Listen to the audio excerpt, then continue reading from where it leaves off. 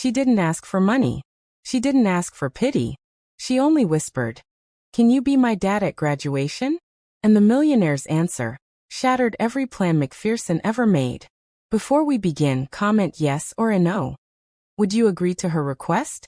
Hello beautiful souls and welcome to Ms. Love Stories channel. The place where love, drama, and unforgettable moments come alive. I'm so thrilled you're here, ready to dive into stories that will make your heart race, bring tears, and leave you believing in the power of love. Before we begin, I want to get to know all of you.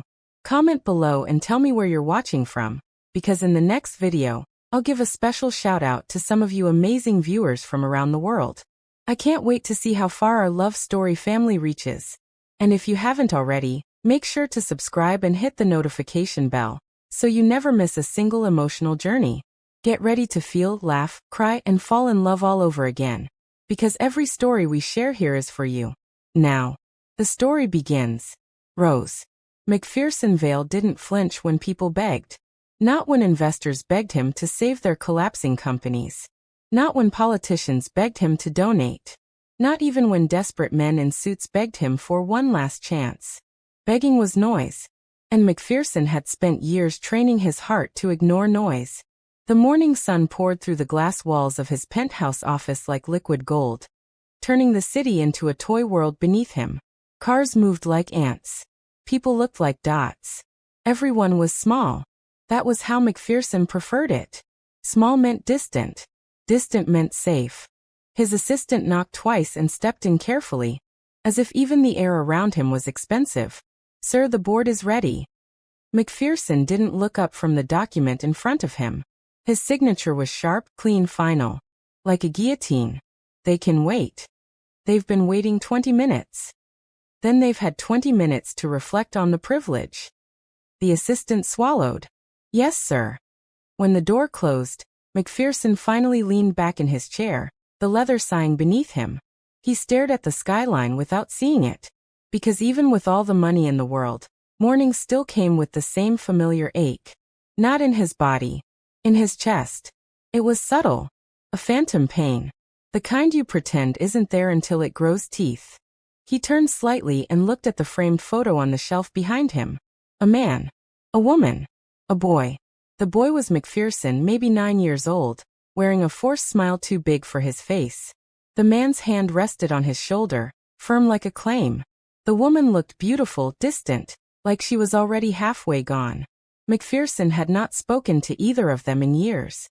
He stood and walked to the photo, picking it up like it might bite him. "Still here," he murmured. He didn't know why he kept it.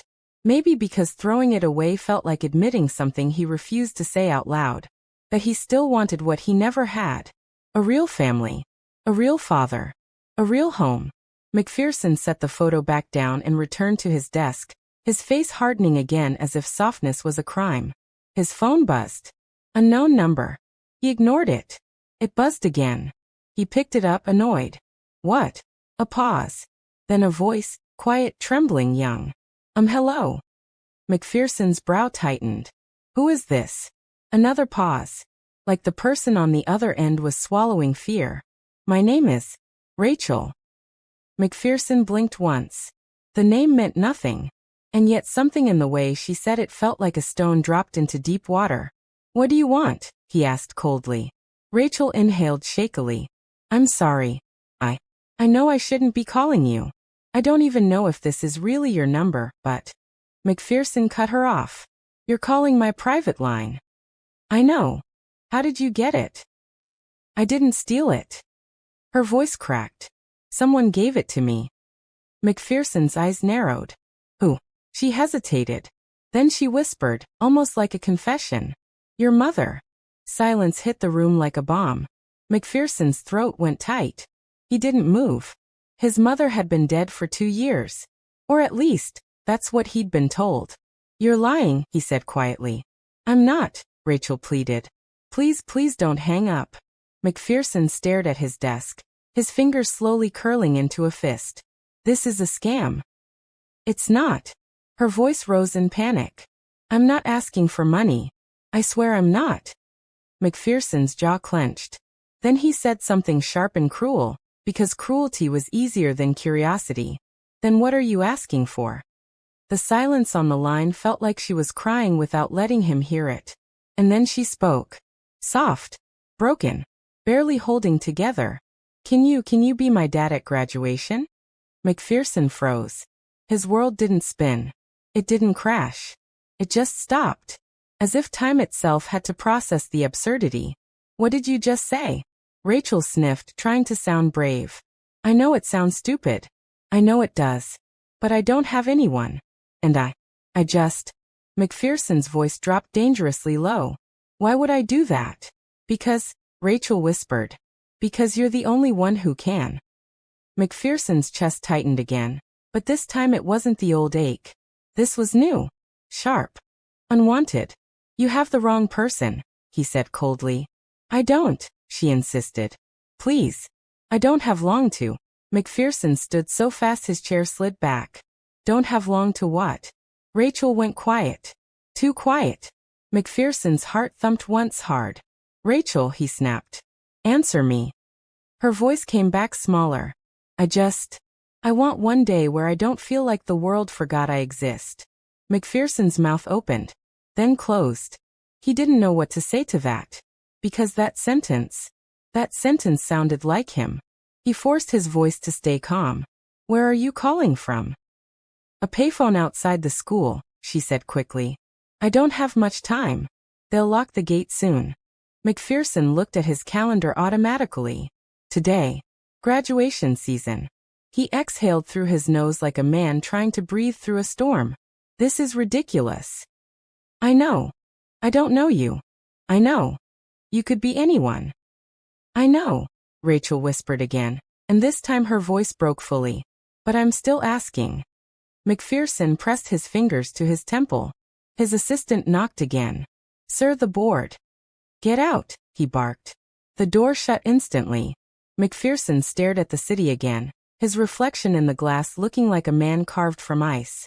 Listen, he said finally, voice controlled. If you're trying to play some emotional trick. I'm not, Rachel said. I'm not trying to trap you. I'm not trying to shame you. I just wanted to ask before I gave up. That word hit him wrong. Gave up. McPherson's hand tightened around the phone. You're not my daughter, he said harshly. Rachel didn't argue. She didn't defend herself. She only whispered something that made his blood run cold. I know. And then, I'm not asking you to be my real dad. McPherson's throat tightened. I'm asking you to pretend. His eyes burned suddenly and he hated it. Hated the weakness. Hated the memory that flashed in his mind. A little boy in a school auditorium, scanning the crowd, hoping someone would come. And nobody did. McPherson's voice came out rougher than he intended. When is it? Rachel inhaled sharply, like she couldn't believe he asked that. Today, she said. In 2 hours. McPherson stared at his watch. 2 hours. He had a board meeting. A merger. A press conference. A life built on control. And a girl he didn't know. Asking him to be her father for a day. His lips parted. The word no sat ready on his tongue. Easy. Safe. Familiar. But then Rachel spoke again, barely audible. If you say no, I'll understand. I'm used to it. Something cracked inside him. Not loudly. Just enough. McPherson swallowed. Then, against every instinct, every rule he'd built to survive, he said, Where is your graduation? Rachel gasped. Wait, are you serious? McPherson's voice turned sharp again, like he needed anger to cover the strange softness. Give me the address. Rachel's breath shook with relief. Eastbrook Community School. The old building near the highway. McPherson already knew it. He'd driven past it 100 times. Never looked twice. Fine, he said like it meant nothing. I'll be there. Rachel went silent. Then she whispered, Thank you. McPherson's jaw clenched. He didn't say you're welcome. He didn't say I'm sorry. He didn't even know why he was doing this. He ended the call. And for the first time in years, McPherson Vale sat in his office with everything money could buy, and felt like he was about to walk into the one thing he couldn't control. A human heart. Rachel Brooks sat on the cracked curb outside Eastbrook Community School, hugging her knees to her chest. Her graduation gown was folded neatly inside a plastic bag, because she couldn't afford for it to get dirty. Her shoes were cheap, secondhand, too tight around her toes. Her fingers trembled around the payphone receiver as the dial tone returned. She stared at it like it was a miracle. Or a mistake. She didn't know which. Because she had actually done it. She had called him. The man on the magazine covers. The man whose name made people sit up straighter. The man who looked like he belonged to a world where girls like her didn't exist. McPherson Vale. And somehow, he said yes. Rachel blinked hard, forcing tears back. She couldn't cry now. Not outside the school. Not where the other girls were arriving in nice dresses, with parents carrying flowers and phones ready to record every moment. Rachel watched them from the curb like she was watching life through glass. A girl stepped out of a car and squealed when her father lifted her off the ground in a hug. Rachel looked away so fast it hurt. She had told herself she didn't care. She had told herself she was strong. She had told herself she didn't need anyone. But graduation was different. It was the one day you were supposed to have someone proud of you. Someone who looked at you like you mattered. And Rachel had no one. Her mother had died when she was 11. Her stepfather had disappeared the same week, leaving behind a stack of unpaid bills and a house that felt colder every day. The foster system didn't break you all at once. It broke you slowly, like water dripping on stone. Group homes, temporary families, people who smiled at you but never kept you. Rachel had learned to survive on silence, on good grades, on staying invisible, because invisible girls didn't get hurt as much. But today she wanted to be seen. Just once. She reached into her bag and touched the folded gown. Her fingertips brushed the cheap fabric, and her throat tightened. I did it, she thought. I'm graduating. She wanted to be proud. But pride felt heavy when you had no one to share it with. Her phone didn't buzz. Because she didn't have one.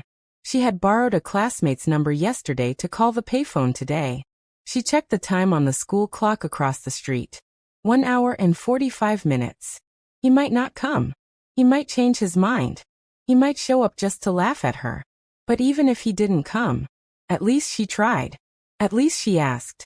Because the worst pain wasn't rejection. The worst pain was never asking at all. Rachel stood up slowly, dusting off her skirt. She took a deep breath and whispered to herself, like a promise. Just one day. Do you think McPherson will really show up, or will he break her heart too? Comment he'll come, or he'll leave, backhand index pointing down. McPherson Vale didn't rush. He didn't run. He didn't panic. That was what people expected from weak men. Men who lived by emotion instead of strategy. But the moment he ended that call, something in him moved like a silent alarm. Not loud. Not obvious. Just a subtle shift, like a locked door in his chest had opened a crack. He reached for his intercom. Daria. His assistant's voice came immediately. Yes, sir. Cancel the board meeting. There was a pause long enough to feel dangerous. Sir, the board flew in from 3 countries. I'm aware. And the merger signing is today. McPherson stared at his reflection in the black glass of his office window. The man looking back at him seemed calm, but his eyes didn't match. His eyes looked unsettled. Move it, he said. Reschedule the press conference. Tell them I'm unavailable. Daria swallowed audibly. May I ask why? McPherson's voice sharpened. No. Another pause. Yes, sir. McPherson grabbed his suit jacket, but his hand froze halfway. He looked down at himself. He was dressed like he was going to war. Perfectly tailored suit. Expensive watch. Hair styled with deliberate precision. He looked like a man who could buy the whole school and turn it into a parking lot. And for some reason, the thought made his stomach twist. He opened his closet and changed into something simpler. A charcoal sweater, dark jeans, and a coat that didn't scream money. He didn't know why he cared. But he did. Before leaving, he walked to the shelf again and stared at the framed photo. His mother's face was frozen in time. Her eyes had always held a sadness she never admitted. McPherson's throat tightened. Why would you do that? He whispered to the photo. Why would she give his private number to a stranger? Why would she pull him into something emotional when she knew he hated it? Unless this wasn't random. Unless Rachel wasn't random. His phone buzzed again. This time it wasn't unknown. It was a name he hadn't seen in months. Evelyn Vale. His aunt. His mother's younger sister. McPherson stared at the screen. Then answered. What? He said flatly. Evelyn's voice was sharp as glass. I heard you canceled the board meeting. McPherson didn't respond. You don't cancel board meetings, McPherson. Not unless you're dying. McPherson's jaw clenched. I'm busy. Evelyn laughed once, dry bitter. Busy doing what? Playing hero? Is this about the girl? McPherson's blood went cold. How do you know about that? He asked slowly. Evelyn exhaled like she was tired. Because I'm the one who gave her the number. McPherson's fingers tightened around the phone. You did what? She came to me, Evelyn said, her voice lowering. She said she didn't know who else to ask. McPherson's voice turned dangerous. Who is she? Evelyn hesitated. Then she said the one thing McPherson never expected to hear. She's connected to your mother. McPherson's breath stopped. What does that mean? Evelyn's voice softened. But it wasn't kindness. It was warning. It means you should be careful. Because your mother wasn't as innocent as you think. McPherson's jaw tightened. Don't talk about her like that. Evelyn's tone snapped back. I'm not insulting her. I'm telling you the truth. There are things you don't know. McPherson's heart pounded once hard. Tell me. Evelyn was silent. Then she said quietly, not over the phone. McPherson's voice was cold. Then when? After graduation, Evelyn said. If you still want to know. McPherson stared at the city below. Graduation. That word suddenly felt heavier than it should. Why would you do this? He asked, quieter now. Why drag me into it? Evelyn's voice softened again, and for the first time, McPherson heard something almost human in it. Because I watched you grow up starving for a father who never showed up, she said. And now there's a girl out there, starving for the same thing. McPherson swallowed hard. That doesn't mean she's my problem. Evelyn paused. Then she said something that landed like a blade. Maybe she is.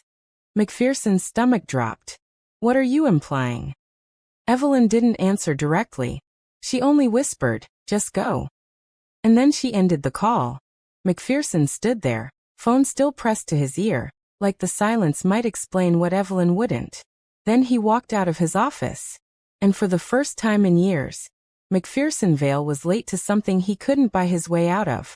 Inside Eastbrook Community School, the air smelled like old paint, floor polish, and nervous sweat. Rachel stood in the girls' restroom, staring at herself in the mirror. Her face looked too serious for someone graduating. Her eyes looked older than 18. Her lips were pale, because she'd skipped breakfast to save money for a bus pass next week. She pulled her hair into a neat low bun, because she didn't know how to make it look pretty like the other girls. She didn't have curling irons. She didn't have fancy makeup.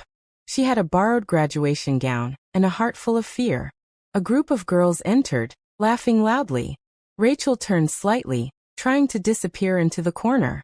One of them glanced at her and smirked. Rachel, the girl said, dragging her name like it tasted bad.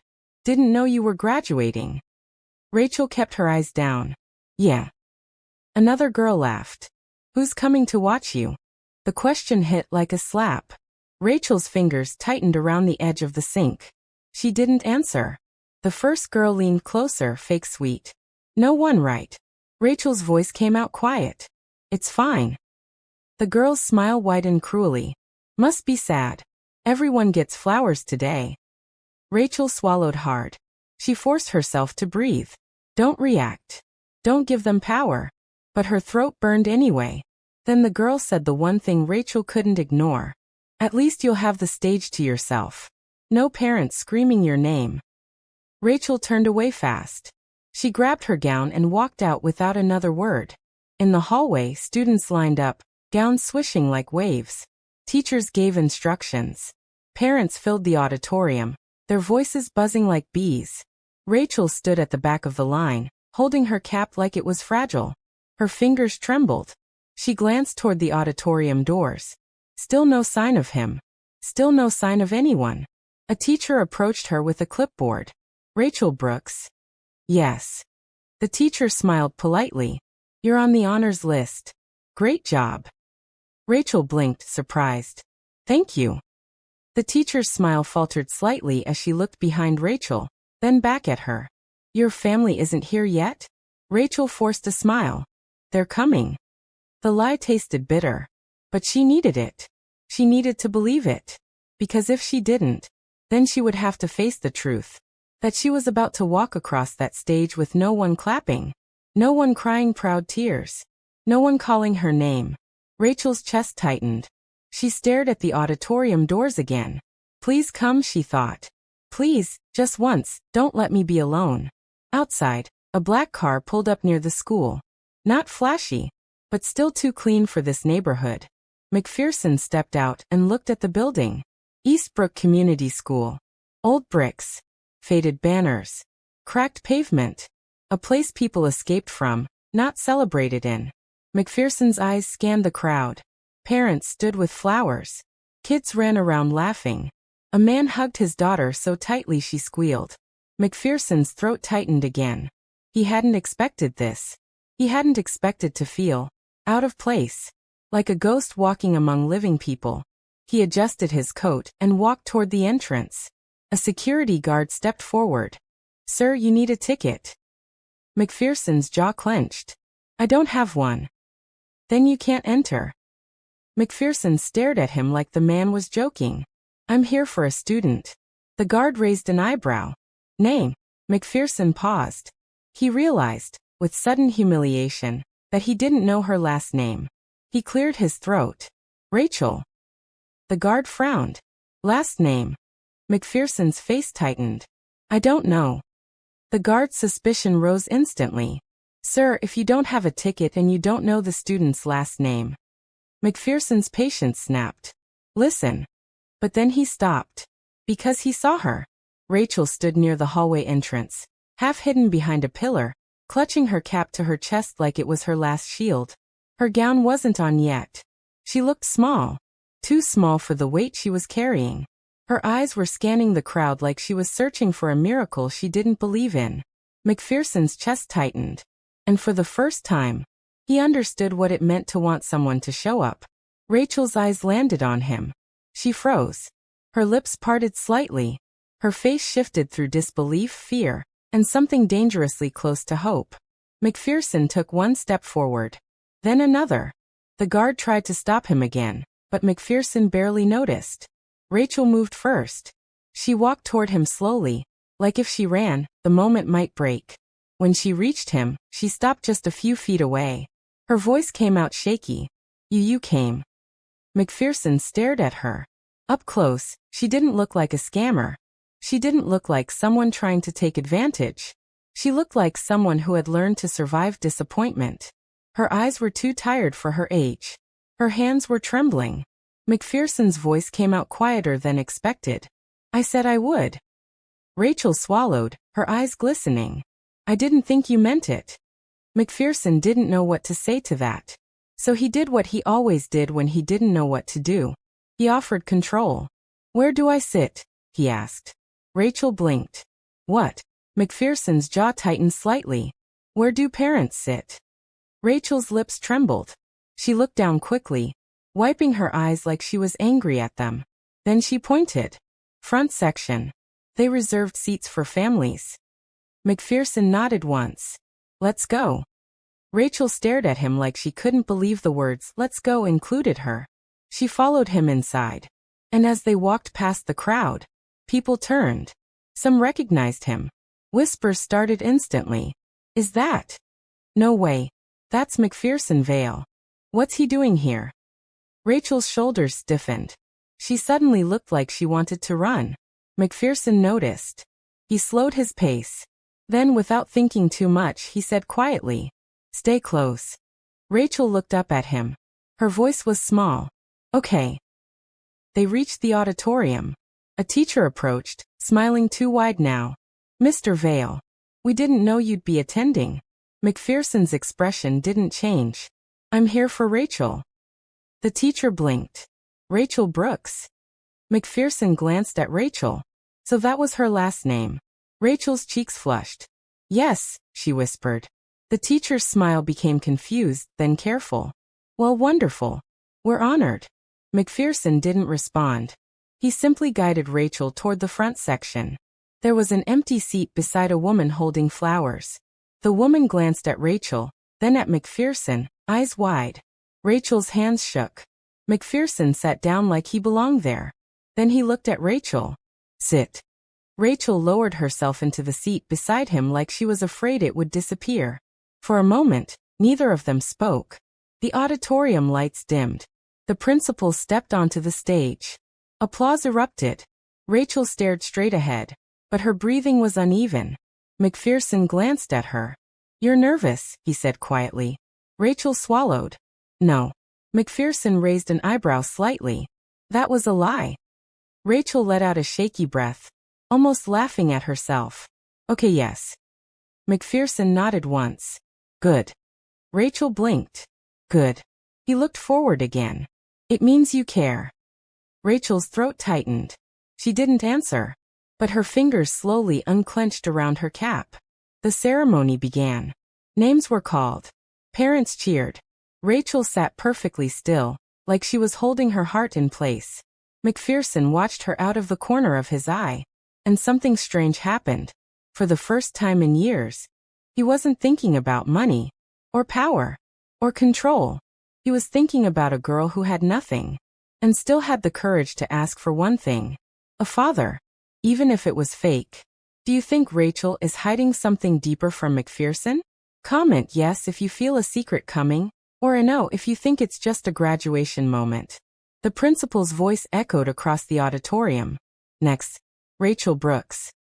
Rachel's whole body froze. Her eyes widened. Her lips parted, but no sound came out. She stood slowly, like her legs didn't trust the ground. She walked toward the stage. Each step felt like a lifetime. McPherson watched her. He expected her to look proud. Instead, she looked like she was walking into a storm. Rachel reached the stairs. She paused. Then she stepped up onto the stage. The principal handed her the diploma. Rachel turned toward the crowd. For half a second, her eyes searched automatically, looking for someone who would cheer, looking for proof she mattered. And then she saw him, McPherson Vale, sitting there, watching her, not smiling, not cheering wildly, but present, real. And for the first time in her life, Rachel heard someone clap for her. McPherson stood, and he clapped, slow, firm, like it wasn't just applause, like it was a promise. Rachel's eyes filled instantly. Her lips trembled. She bowed her head quickly so no one would see her cry. But McPherson saw it. And something in his chest tightened so hard it hurt. Because suddenly, this wasn't pretending anymore. This was something else. Something dangerous. Something real. The applause didn't stop immediately. It rolled through the auditorium in waves. Parents shouting names, teachers smiling, phones flashing. The sound of pride so loud it almost drowned out the quiet heartbreak hidden in the corners. Rachel walked off the stage with her diploma held tightly against her chest like it was the only thing keeping her upright. Her eyes were wet. Not the cute kind of tears girls cried for photos. These were the kind of tears that came from years of being unseen. She didn't look at the crowd anymore. She didn't want to. Because if she looked too long, she'd remember this wasn't real. That McPherson wasn't her father. That after today, he'd return to his glass towers and private jets. And she'd return to her tiny room, her empty fridge, and the silence that waited for her like an old friend. But she couldn't stop the way her heart reacted when she saw him standing, clapping. For her, it felt like the world had shifted. Like maybe she wasn't nothing. Rachel returned to her seat and sat down slowly, her hands shaking. McPherson sat too, but he didn't look away this time. He studied her like he was trying to understand something that didn't make sense. Rachel stared forward, blinking fast. She didn't want to cry again. Not in front of him. Not in front of anyone. But then McPherson spoke, quiet, low, so only she could hear. You did well. Rachel swallowed. Thank you. McPherson's jaw flexed, as if he didn't know what to do with the simple moment. He wasn't a man built for tenderness. He was a man built for control. Yet something about Rachel had slipped past his defenses like smoke through a crack. Rachel tried to steady her breathing. The ceremony continued, but she barely heard the names anymore. All she could feel was the heat of McPherson's presence beside her. It was strange, comforting, terrifying, because comfort had always been temporary in her life. And temporary things were the ones that hurt the most when they left. When the last student crossed the stage, the principal began a closing speech about new beginnings and bright futures. Rachel almost laughed. A bright future. It sounded like something rich people said when they didn't know what hunger felt like. When the final applause ended and everyone stood, the auditorium erupted into chaos.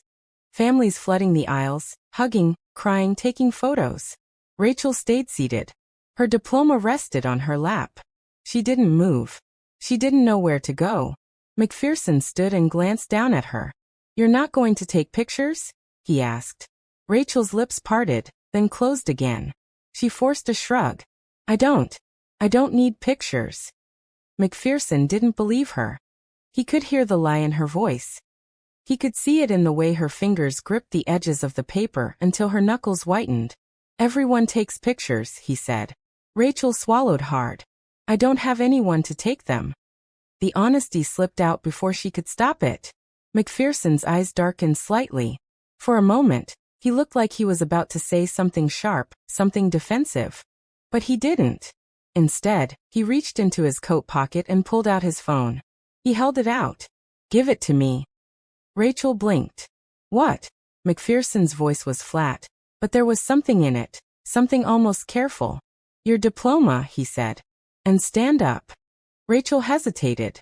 Then she stood slowly, holding the diploma like it might break. McPherson took it from her, then moved behind her. Rachel's heart started pounding. "What are you doing?" she whispered. "Standing behind you," he replied simply, like it wasn't a big deal. Rachel's throat tightened. McPherson lifted his phone and aimed the camera. Then, in the middle of all those happy families, McPherson Vale, millionaire, untouchable, cold as winter, leaned slightly closer to her and said quietly, "Smile." Rachel's lips trembled. A smile didn't come naturally. Not real ones. But she tried. And when McPherson snapped the photo, he didn't step away immediately. He stayed close for a second longer than necessary. Close enough that Rachel could smell him. Clean cologne, something expensive, something safe. Close enough that her body remembered what it felt like to not be alone. McPherson lowered the phone and looked at the picture. His brows tightened. Rachel's stomach twisted. "Is it bad?" she asked quickly. McPherson's voice came out rougher than expected. "No." He stared at the screen again. "It's good." Rachel didn't know why those words made her eyes burn again. She turned her face away, pretending to look at the crowd. But McPherson saw it. The way she blinked too much. The way she swallowed too hard. The way she held herself like she was one bad moment away from collapsing. "Let's go," he said suddenly. Rachel looked up. "Go where?" McPherson glanced toward the exit. "Outside." Rachel's chest tightened. "Why?" McPherson's jaw flexed again. "Because he didn't know how to say.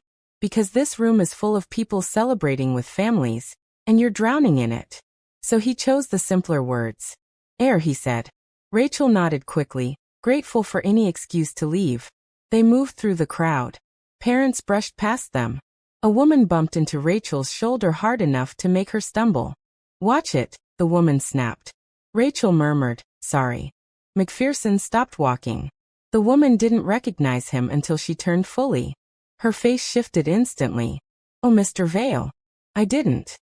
McPherson's voice was calm, but it cut like a blade. "You should apologize."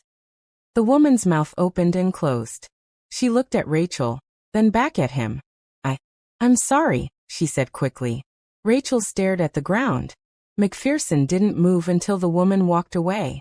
Then he looked at Rachel. "You don't apologize when you didn't do anything wrong." Rachel's voice was small. "It's easier."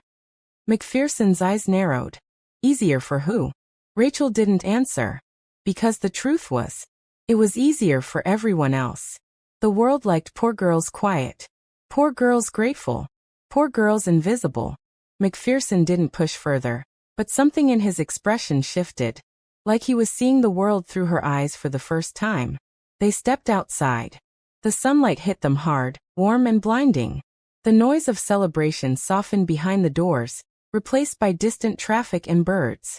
Rachel exhaled shakily. McPherson leaned slightly against the wall, his hands in his pockets. He looked like he belonged nowhere here, like a lion sitting in a place built for stray cats. Rachel hugged her diploma closer. "Thank you," she said quietly. McPherson glanced at her. "For what?" Rachel swallowed. "For coming." McPherson didn't respond immediately.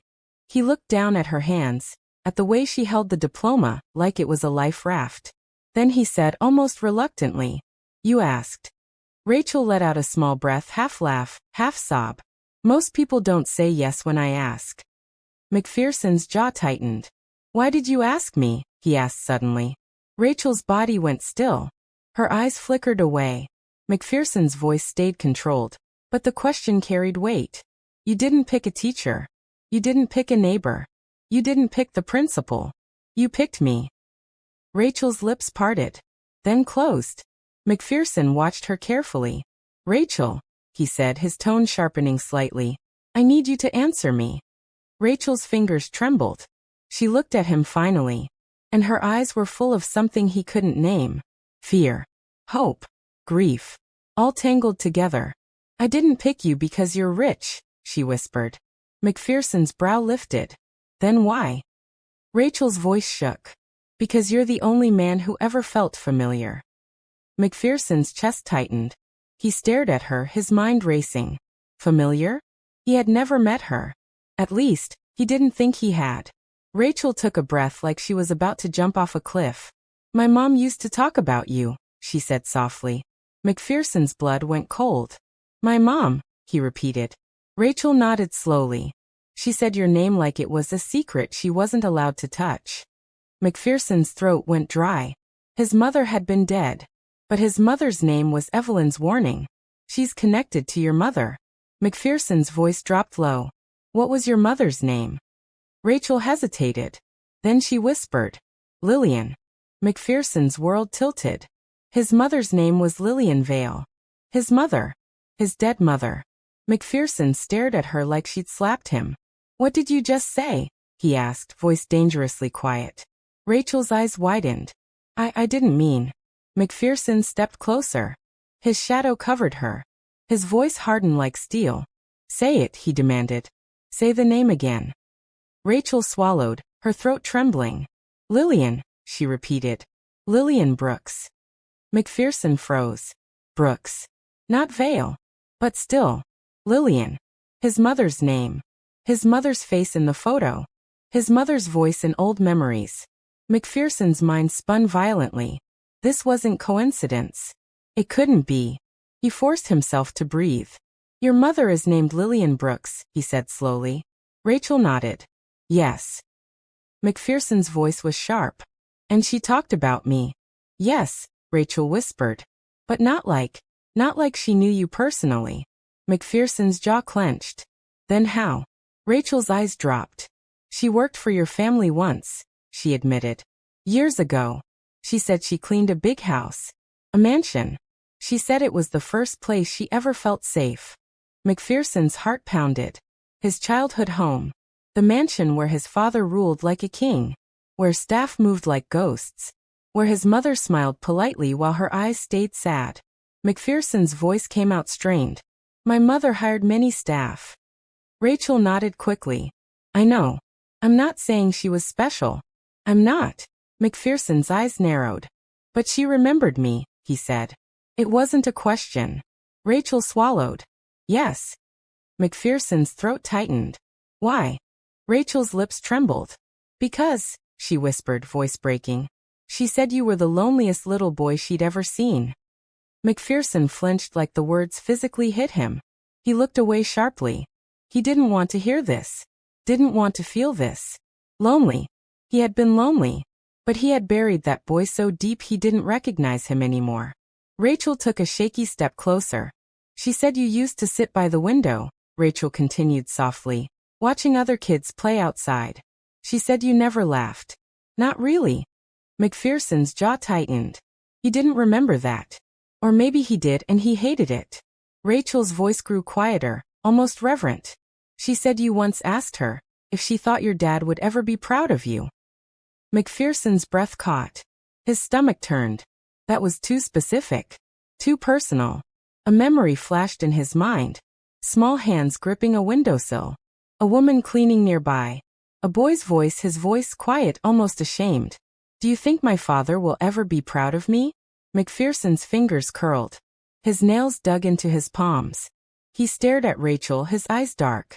How does your mother know that? He asked. Rachel swallowed hard. She didn't tell me everything, she admitted. She only said she wished she could have stayed.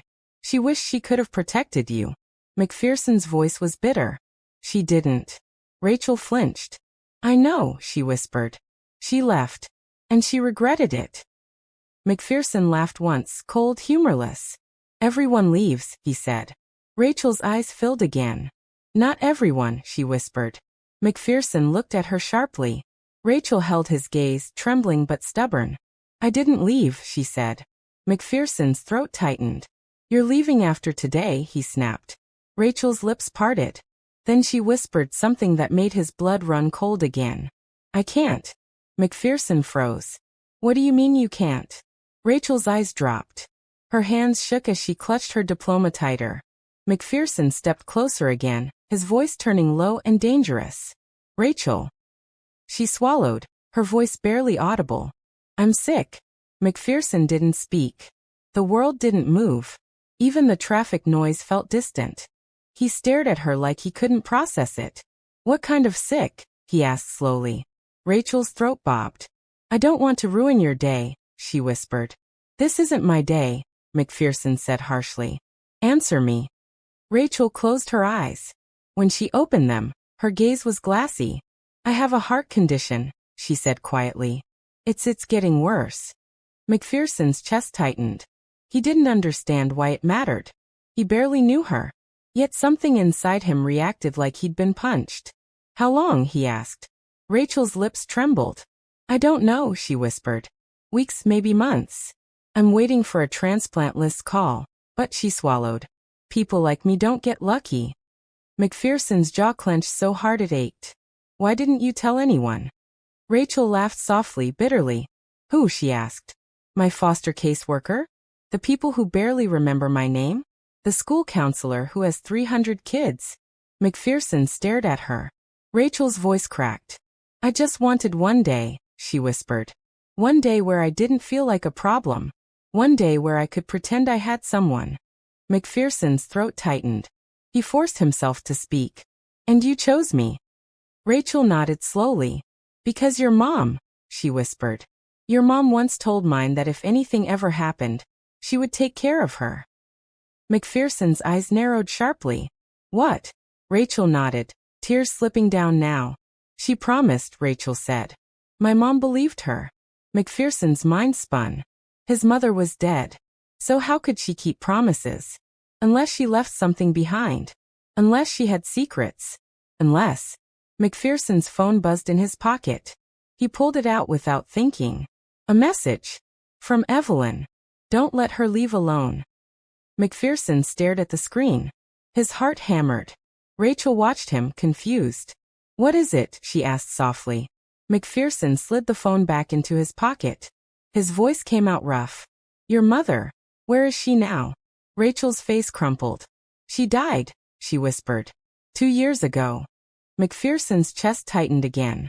2 years. The same year his mother supposedly died. Coincidence? Or connection? McPherson stepped back slightly, as if distance could protect him from the storm in his mind. Rachel wiped her tears quickly. I'm sorry, she whispered. I shouldn't have told you. I shouldn't have called you. I just... McPherson's voice snapped. Stop apologizing. Rachel froze. McPherson stared at her, jaw clenched, eyes dark with something he couldn't name. Anger. Fear. Regret. Not at her. At the world. At himself. At his mother's secrets. at the fact that this girl had walked into his life with one request. And now he couldn't pretend it was simple. McPherson exhaled slowly. Then he said the words that shocked even him. "You're coming with me." Rachel blinked rapidly. "What?" McPherson's voice was firm. "You're not going back to wherever you were going." Rachel's eyes widened. "You can't just—" "I can," McPherson said flatly. "And I will." Rachel shook her head quickly. "No, I can't. I have to." McPherson stepped closer, lowering his voice. "You said you have no one," he said. "So let me be someone." Rachel's breath caught. McPherson's eyes held hers, steady and intense. "For today," he added quietly. "If that's all you can accept." Rachel's lips trembled. She wanted to say no. She should say no. Because she knew how dangerous it was to want things. To hope. Hope was a knife when it didn't come true. But then she whispered, barely audible. "Okay." McPherson nodded once. "Good," he said. Then awkwardly, like a man unfamiliar with comfort, he placed a hand on her shoulder. Not tight. Not possessive. Just there. Rachel flinched at first. Then slowly relaxed into it, like her body recognized something her mind couldn't. McPherson's voice softened slightly. "Do you have anyone else here?" he asked. Rachel shook her head. McPherson's jaw tightened. Then he said something that made her heart ache. "Then we're taking pictures," he said. "Proper ones." Rachel blinked, confused. McPherson looked toward the crowd. "Stand there," he instructed, pointing to a spot under the school banner. Rachel obeyed, holding her diploma. McPherson stepped back and lifted his phone again. "Smile," he said. Rachel tried. McPherson took the photo. Then another. Then another. And for a moment, Rachel almost forgot she was sick. Almost forgot she was poor. Almost forgot she was alone. Because for the first time, someone was treating her like she mattered enough to remember. When McPherson lowered his phone, he looked at her carefully. "You're going to eat," he said. Rachel blinked. "What?" McPherson's voice was firm. "Have you eaten today?" Rachel hesitated. McPherson didn't wait. He answered for her. "No," he said. "You haven't." Rachel's cheeks flushed. McPherson's jaw flexed again. "Come on," he said. Rachel followed him toward the car. As they walked, whispers followed them like shadows. People stared. Phones lifted. Someone murmured, "Is that his daughter?" Rachel heard it. Her chest tightened. She glanced at McPherson. He didn't react. He didn't correct them. He didn't deny it. He simply opened the car door for her. Rachel froze. No one had ever opened a car door for her. Not like this. Not like she was precious. McPherson's voice was quiet. "Get in." Rachel swallowed.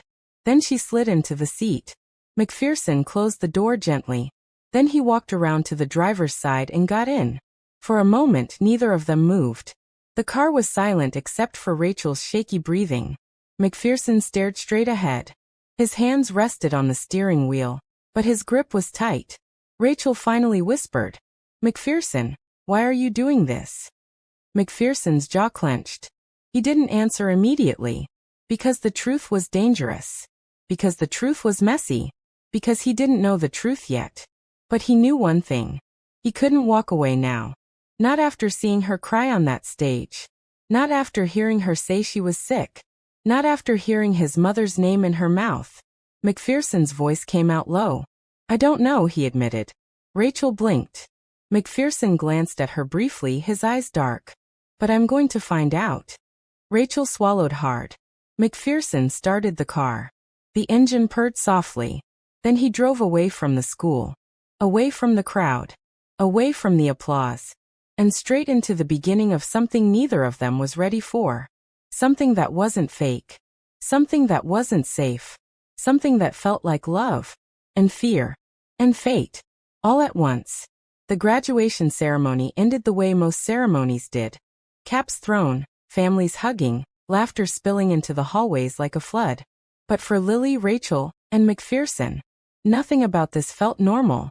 It felt like a door had been kicked open. And none of them knew how to close it again. Outside the auditorium, the sun was bright and cruelly cheerful. Parents crowded the courtyard, snapping photos, calling out names, waving flowers and balloons.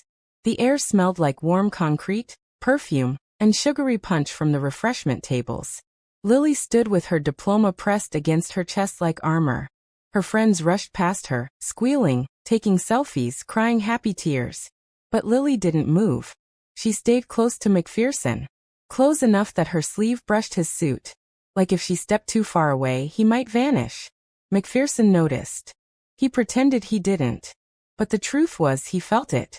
That tiny, terrified grip on his presence. That desperate hope. And it made him feel something he hated. Fear. Not fear of losing money. Not fear of losing power. Fear of failing someone who actually mattered. Rachel stood a few steps away. Her hands locked together so tightly her fingers had gone pale. She kept glancing around, as if expecting someone to step out of the crowd and ruin everything. Because someone always did. That was what life had taught her. McPherson looked at her. She looked exhausted. Not just tired. Worn down to the bone. And yet she stood upright anyway. Like pride was the only thing she had left. McPherson cleared his throat. "We need to talk." Rachel's eyes snapped to him. Her voice was sharp, defensive. "No, we don't." Lily's head turned quickly. "Mom." Rachel softened immediately for her daughter, but only for her. "Baby, go take pictures with your friends." Lily hesitated. "But." Rachel forced a smile so fake it hurt to watch. "Go. I'll be right here." Lily looked at McPherson. He nodded once. "Go ahead. I'm not leaving." The words were calm, but the promise behind them was heavy. Lily swallowed hard. She nodded, stepping away slowly like she was walking off a cliff. McPherson watched her go, eyes tracking her until she disappeared into the crowd. Then he turned back to Rachel. The second Lily was gone, Rachel's smile dropped like a mask ripped off. Her voice lowered, trembling with anger. "What are you doing here, McPherson?" McPherson's jaw tightened. "I'm here because she asked me to show up." Rachel's eyes flashed. "She's a child." McPherson didn't blink. "She's my child." The words landed like a slap. Rachel flinched. Her lips parted, but no sound came. Because the truth was, she had dreamed of hearing him say that. But she had also feared it. Feared what it would mean. Feared what it would cost. Rachel took a step closer, voice shaking. "You can't just claim her like she's a business deal." McPherson's eyes narrowed. "I'm not claiming her like property." Rachel's laugh was bitter. "Then what is this?" Her hand lifted, gesturing wildly at the crowd, at the cameras, at the whispers already spreading. "You think people don't see you? You think they don't recognize you? You're McPherson Hale. You can't walk into a high school graduation and not turn it into a spectacle." McPherson's expression hardened. "I didn't ask for the spotlight." Rachel's eyes filled. "But it follows you. Like a shadow." McPherson took a breath. He lowered his voice. "Rachel, why didn't you tell me?" Rachel's face tightened instantly. "No." McPherson's brow furrowed. "No what?" Rachel stepped back as if the question itself was a weapon. "No, we're not doing this." McPherson's jaw clenched. "You don't get to shut this down." Rachel's eyes blazed. "Oh, I don't." Her voice rose, cracking. "I've been shutting things down for 18 years, McPherson. I've been shutting down hunger, fear, shame, exhaustion. I've been shutting down my own heartbreak just to make sure she never saw it." Her chest rose and fell rapidly. "So yes." She pointed at him, voice trembling. "Yes, I do get to shut this down." McPherson stared at her, something dark and raw in his eyes. "Is that what you told yourself all these years?" Rachel swallowed hard. McPherson's voice sharpened. "That you were protecting her?" Rachel's lips trembled. "I was." McPherson's eyes narrowed. "Or were you protecting yourself?"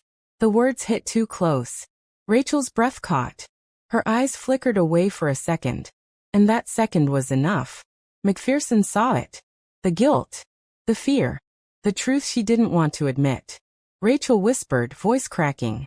"You don't know what it was like." McPherson stepped closer, voice low.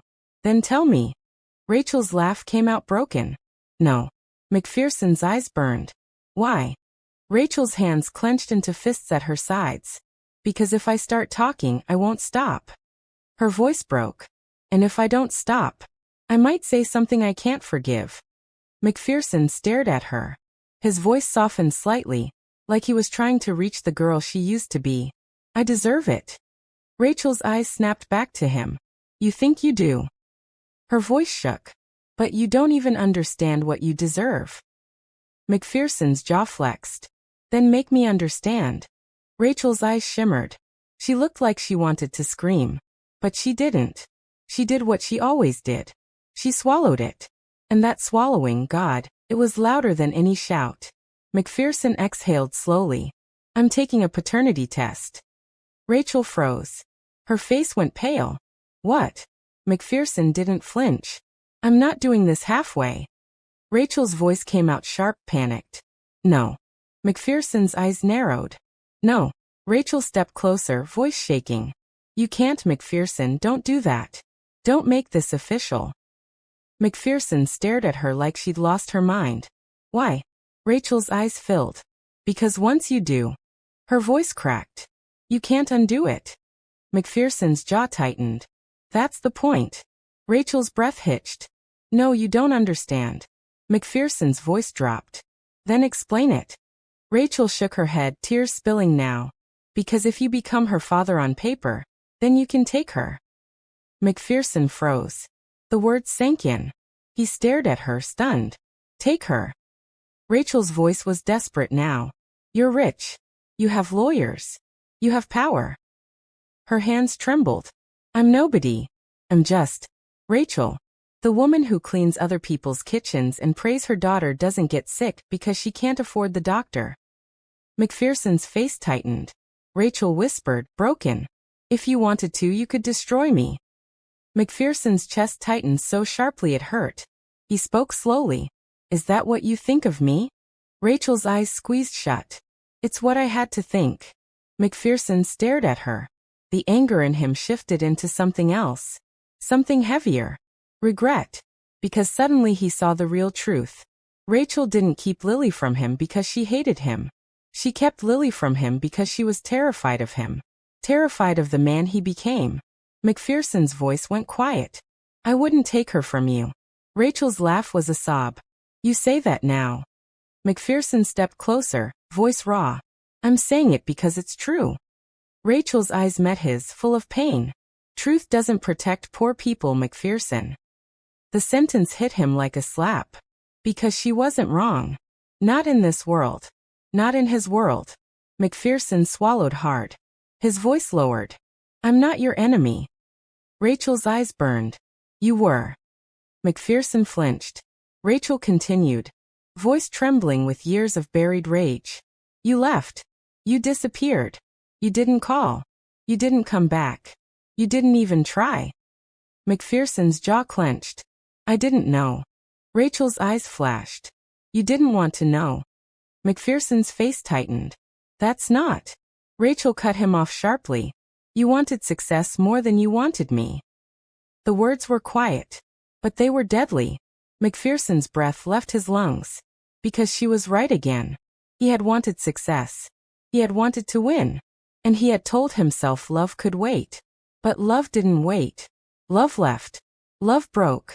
Love became a poor woman standing in a courtyard, shaking, trying to protect her daughter from the man who once promised her the world. McPherson's voice came out hoarse. Rachel. I was young. Rachel laughed bitterly. So was I. McPherson swallowed. I made mistakes. Rachel's eyes glistened. You made choices. McPherson fell silent. Because he couldn't argue with that. A mistake was an accident. But leaving her, leaving them, that had been a decision. McPherson looked away, jaw clenched. The sound of laughter and cameras felt too loud now. He turned back, voice low. I'm here now. Rachel's eyes narrowed. For how long? McPherson's gaze locked on hers. Forever. Rachel shook her head immediately. No. McPherson frowned. No. Rachel stepped back, shaking her head harder. No, you don't get to say that. Her voice broke.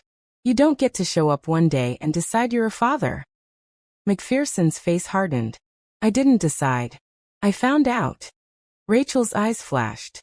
And what happens when the novelty wears off? McPherson's jaw clenched. This isn't a novelty. Rachel's voice cracked. What happens when your life gets busy again? McPherson's eyes narrowed. You think I'm going to abandon her twice? Rachel whispered, shaking. I think you don't know yourself as well as you think you do. McPherson stared at her. The words hit because they were true. He didn't know how to be a father. He didn't know how to be soft. He didn't know how to be present. He only knew how to control. And you couldn't control love. Love required surrender. McPherson exhaled slowly, voice steady. Then I'll learn. Rachel scoffed. You can't learn fatherhood like you learn business. McPherson's eyes sharpened. I can learn anything. Rachel's eyes burned. That's your problem. McPherson stiffened. Rachel's voice cracked with emotion.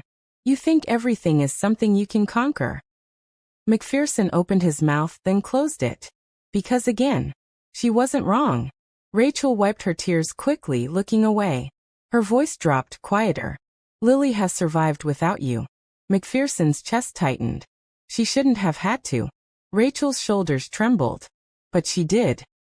McPherson stared at her, voice rough. And you think I should just walk away again? Rachel shook her head. I don't know what I think. Her voice broke. I don't know what to do. McPherson's face softened slightly. I do. Rachel looked at him. McPherson's voice was low, calm. I'm going to be in her life. Rachel's eyes filled again.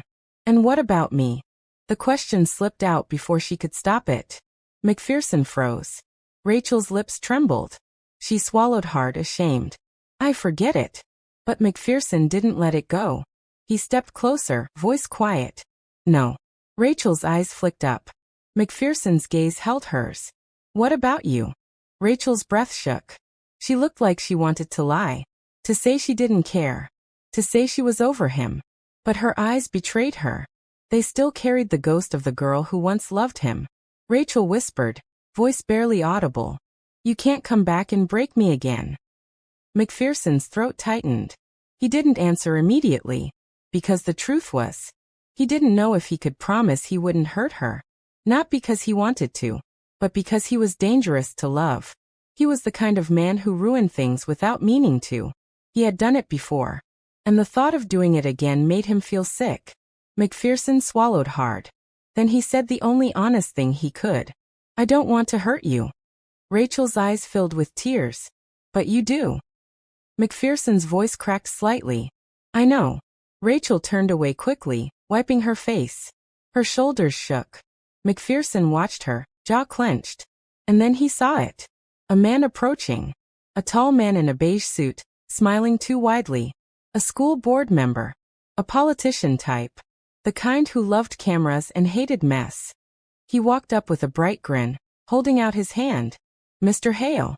Incredible ceremony, wasn't it? We're honored you came. McPherson's expression snapped back into CEO mode instantly. Cold. Controlled. He shook the man's hand. Congratulations. The man's eyes flicked to Rachel. Then away quickly like she was invisible. And this is? McPherson's voice was calm. Rachel. The man smiled politely. Lovely. Then he leaned closer, lowering his voice like he was sharing gossip. We have press outside. They'd love a quick interview. Just a few words about your donation. McPherson's eyes narrowed. I'm not doing interviews. The man chuckled nervously. It would be great for your image.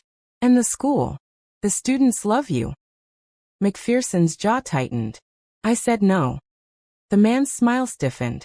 Then his eyes slid toward Lily, who was walking back now with two friends, laughing nervously. The man's gaze lingered. His expression shifted. Curiosity. Calculation. He lowered his voice even more. Is that your daughter? McPherson's body went still. Rachel froze too. The man smiled wider. That's wonderful. A surprise appearance with your daughter at graduation? Viral moment. People will eat it up. Rachel's face tightened in horror. McPherson's voice dropped lethal. She's not a viral moment. The man blinked. Of course not, of course not. I just meant. McPherson cut him off. You will not speak to her. The man's smile faltered. McPherson's eyes hardened. And you will not speak about her. The man swallowed. Understood. McPherson's voice lowered. Good. The man scurried off. Rachel exhaled shakily. Her eyes met McPherson's. And in that moment, she saw something she hadn't expected. Protection. Not performance. Not ego. Protection. McPherson's gaze followed Lily again. She was coming closer, her friends trailing behind. Lily looked happier now. But her eyes kept darting to McPherson like she still didn't trust the happiness. Like she was waiting for the ground to collapse. One of Lily's friends, bright smile, rich dress, whispered loudly, "Lily, is that your dad?" Lily froze. Her cheeks flushed. Her voice came out small. Rachel stepped forward instantly. No. The word was sharp. Final. Lily's face crumpled slightly. McPherson turned his head slowly. Rachel's eyes were wild. She whispered to him, urgent. Don't. McPherson's jaw tightened. Don't what? Rachel's voice shook. Don't make her life harder. McPherson stared. Rachel continued, voice cracking. She's finally graduating. She's finally happy. If people find out who you are, they'll treat her differently. They'll think she's rich. They'll hate her. They'll use her. McPherson's eyes narrowed. I can protect her. Rachel shook her head. You can't protect her from people's jealousy. McPherson's jaw flexed. I can protect her from everything. Rachel whispered, broken. You couldn't protect us from you. McPherson froze. The words landed deep. Because that was the truth. The biggest danger in Lily's life right now was him. His money. His name. His world. His enemies. His past. His mistakes. McPherson stared at Rachel, silent. Then Lily stepped closer, eyes bright with cautious hope. She looked at Rachel first. Then McPherson. Her voice was soft. Mom, are you mad? Rachel's face softened instantly. No, baby. Lily swallowed. Are you mad at him? Rachel's eyes flickered. She didn't answer. Because she didn't know. Lily turned to McPherson. Her voice trembled. Are you leaving? McPherson's chest tightened. He crouched slightly again, meeting her eyes. His voice was steady. No. Lily's breath shook. Promise. McPherson didn't hesitate. I promise. Rachel flinched at the word. Because promises from McPherson used to mean everything. Until they meant nothing. Lily nodded slowly. Then she whispered, almost shy. Can we take a picture? McPherson froze. A picture. Something simple. Something normal. Something fathers did without thinking. Rachel's eyes widened in panic. No, Lily. Lily's face fell. McPherson stood up slowly. His voice was calm. Yes. Rachel snapped her head toward him. McPherson. His gaze met hers. Quiet warning. I'm not denying her. Rachel's eyes filled with tears. Please. McPherson's voice softened slightly. She deserves one picture where she doesn't look alone. Rachel's lips trembled. Lily looked between them, confused. McPherson turned back to Lily. His voice was gentle. Let's take it. Lily's face lit up instantly. Her friend squealed, pulling out a phone. Oh my God, yes. Lily, come here. Lily stood between Rachel and McPherson. Rachel's body was stiff. McPherson's posture was controlled. They looked like strangers forced into a frame. But Lily smiled like she'd won the lottery. The camera lifted. Say cheese. Lily smiled wide. Rachel tried to smile. McPherson didn't. He just looked at Lily. Like he was memorizing her face. Click. The photo was taken. And in that click, something irreversible happened. A moment got captured. A moment that could never be undone. Lily hugged her diploma tighter. Then she whispered, barely audible. Thank you. McPherson swallowed hard. He nodded once. Rachel's eyes were wet. She looked away quickly. Because if she looked at him too long, she might remember what it felt like to believe in him. And she couldn't afford that. Not again. Not with Lily's heart on the line. McPherson watched Rachel struggle. And something in him snapped. Not anger. Resolve. He leaned closer to her, voice low. After today, I'm coming to see you. Rachel's eyes flashed. No. McPherson didn't blink. Yes. Rachel whispered, shaking. You don't get to decide that. McPherson's gaze hardened. I get to decide I won't abandon my daughter. Rachel's voice cracked. You're not her father. McPherson froze. The words were cruel, but they were fear-wearing armor. McPherson's jaw clenched. He lowered his voice. Say that again. Rachel's lips trembled, but she forced it. You're not her father.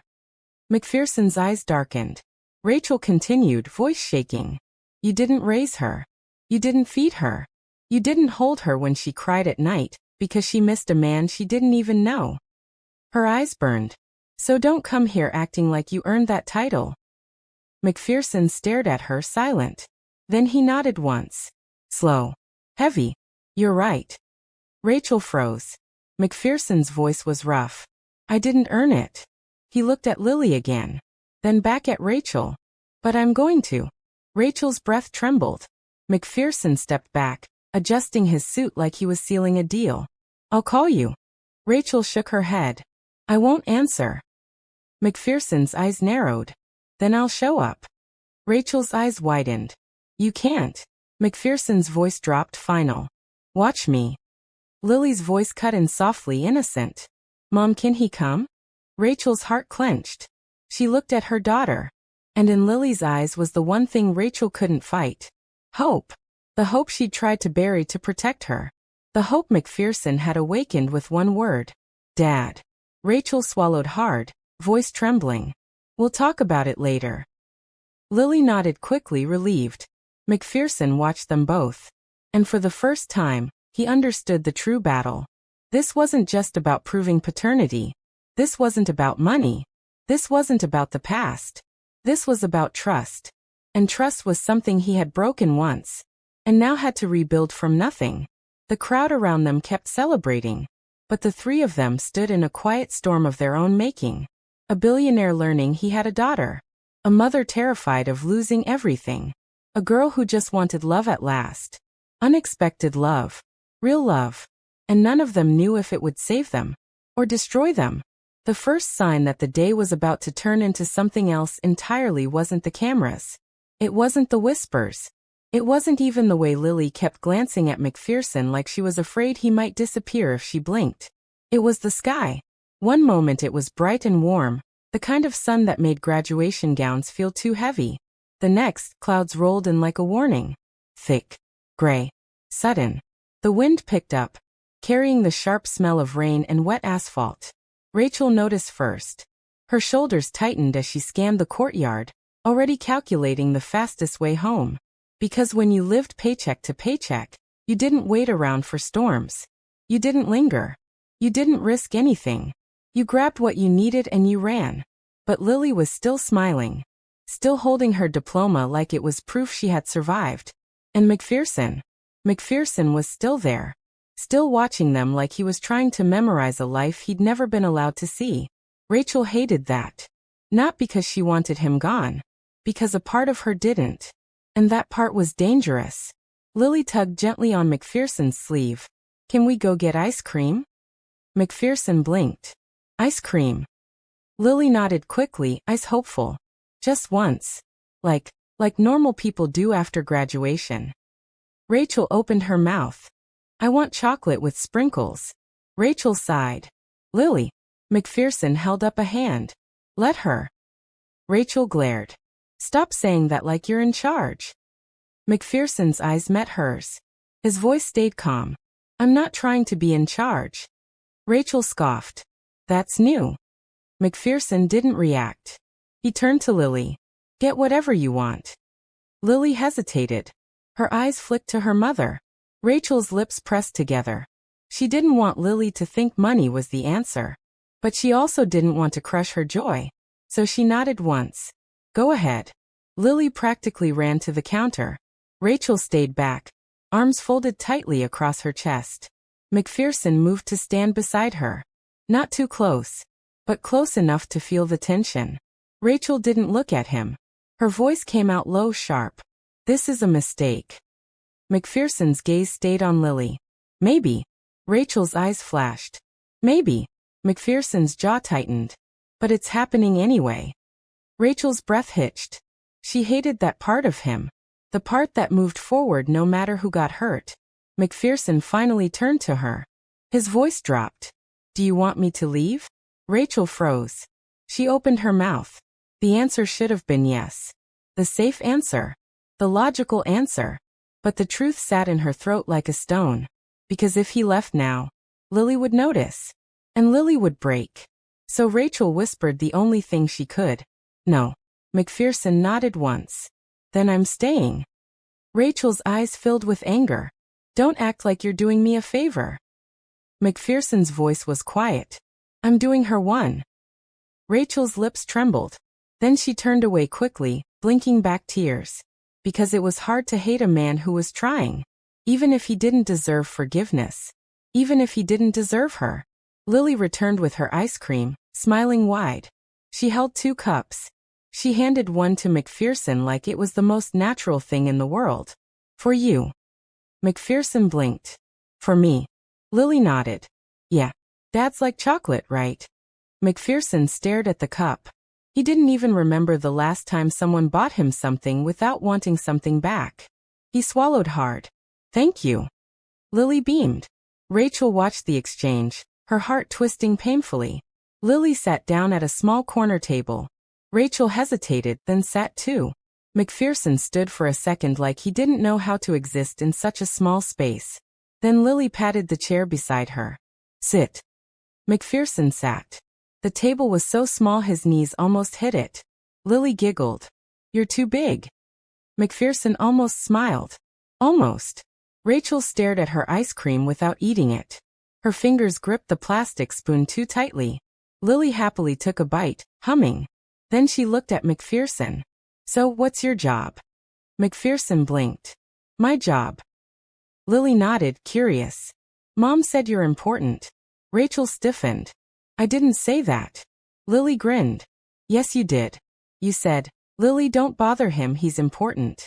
Rachel's cheeks flushed. McPherson's lips twitched. He looked at Rachel. Her eyes warned him not to enjoy this. McPherson turned back to Lily. I run a company. Lily's eyes widened. Like a big one? McPherson hesitated. Yes. Lily leaned forward, fascinated. Do you have a lot of money? Rachel's stomach dropped. She snapped softly. Lily. Lily flinched. Sorry. McPherson raised a hand gently. It's okay. Rachel's eyes flashed at him. McPherson continued calmly to Lily. Yes. I do. Lily blinked, processing. Then she said something that sliced through the air like glass. Then why didn't you help us? Rachel froze. Her spoon stopped. McPherson went still. Lily's eyes were innocent. Not accusing. Just genuinely confused. Because in Lily's world, money solved things. Rent. Food. Shoes. Bills. In Lily's world, if he had money, he could have saved them. McPherson's throat tightened. He didn't know how to answer. Because the truth was simple and brutal. He didn't help because he didn't know. But also, because he didn't look back. McPherson's voice came out low. I didn't know you existed. Lily blinked rapidly. Oh. McPherson's eyes held hers. And if I had known. His voice cracked slightly. I would have come. Rachel's breath trembled. She looked away quickly. Because hearing him say that hurt worse than silence. Lily's eyes filled with tears. She tried to blink them away, embarrassed. Okay. McPherson leaned forward slightly. Lily. She looked up. McPherson's voice was careful. Do you believe me? Lily hesitated. Then she whispered. I want to. McPherson's chest tightened. Because wanting to believe was the most fragile kind of hope. The kind that broke a person when it shattered. McPherson nodded once. Then I'll prove it. Rachel's voice snapped out, shaking. How? McPherson turned to her. His gaze was steady. By showing up. Rachel's laugh was bitter. You keep saying that like it's easy. McPherson's jaw clenched. It's not easy. His voice lowered. But it's necessary. Rachel stared at him, shaken. Because he sounded sincere. And sincerity from him was dangerous. It made her want to believe. And believing was how she got hurt. Thunder rumbled outside. The rain hit harder now, drumming against the windows. People rushed past the shop, soaked, laughing, running. Rachel stood abruptly. Time to go. Lily's face fell. But Rachel pointed at the rain. We'll get sick. McPherson glanced outside. The rain wasn't light. It was heavy, violent. The kind that flooded streets. Rachel's voice tightened. The bus will be late. McPherson stood too. I'll drive you. Rachel snapped. No. McPherson's eyes narrowed. You'd rather take a bus in a storm? Rachel's voice was sharp. I'd rather take a bus than owe you. McPherson froze. The word stung. Because that was what she thought his help was. A debt. A chain. McPherson's voice lowered. You don't owe me for a ride. Rachel's eyes flashed. Yes, I do. Everything with you comes with a price. McPherson's jaw tightened. That's not true. Rachel stepped closer, voice trembling. It is. It always was. McPherson stared at her. He wanted to deny it. But the truth was, back then, he had made love feel like a transaction. He had made her feel like a distraction. Like a burden. So maybe she was right. Maybe everything with him did have a price. McPherson exhaled slowly. Then he said something that surprised even him. Then let me pay. Rachel blinked. What? McPherson's voice dropped raw. Let me pay for what I did. Rachel's throat tightened. Lily stood between them, looking scared now. Mom, please. It's raining. Rachel's shoulders sagged. Her anger faltered. Because Lily was right. And because she was tired. Tired of fighting. Tired of running. Tired of being strong every second. Rachel swallowed hard. Fine. McPherson's eyes sharpened. Rachel raised a finger, warning. But you drop us off and you leave. McPherson nodded. Okay. Lily's face lit up with relief. McPherson guided them outside. The rain hit instantly, soaking them. McPherson held his suit jacket over Lily's head without thinking. Lily gasped. Dad. Rachel stiffened at the word. McPherson didn't correct her. He just walked faster. His car, a black luxury sedan, was parked nearby. He opened the door for Lily first. Then Rachel. Rachel hesitated, looking at the leather seats like she didn't belong. McPherson's voice was calm. Get in. Rachel swallowed and got in. McPherson slid into the driver's seat. The car smelled like expensive cologne and clean leather. Lily looked around like she was in a spaceship. This is wow. Rachel stared straight ahead, tense. McPherson started the engine. The silence inside the car was thick. Only the rain and windshield wipers filled it. McPherson drove carefully through the flooded streets. Then Lily spoke softly. Mom. Rachel's voice was tight. Yes. Lily hesitated. Are you mad that I asked him to be my dad? Rachel's chest tightened. She glanced at Lily in the mirror. Her voice softened. No, baby. I'm not mad at you. Lily's eyes lowered. Then why do you look like you're going to cry? Rachel's breath hitched. McPherson's hands tightened on the steering wheel. Rachel whispered, barely holding herself together. Because I didn't want you to get hurt. Lily's voice trembled. By him. Rachel didn't answer. The silence was the answer. McPherson's jaw clenched. He spoke quietly, eyes on the road. I won't hurt her. Rachel's laugh was broken. You already did. You just didn't know it. McPherson swallowed hard. He didn't argue. He deserved that. The car rolled into a poorer part of town. Buildings were older. Paint chipped. Streets uneven. McPherson's chest tightened as he realized where they lived. Not because he judged. Because he felt sick knowing his daughter had grown up here while he lived in glass towers. He pulled up in front of a small apartment building. Rachel reached for the door handle instantly. But before she could get out, McPherson spoke.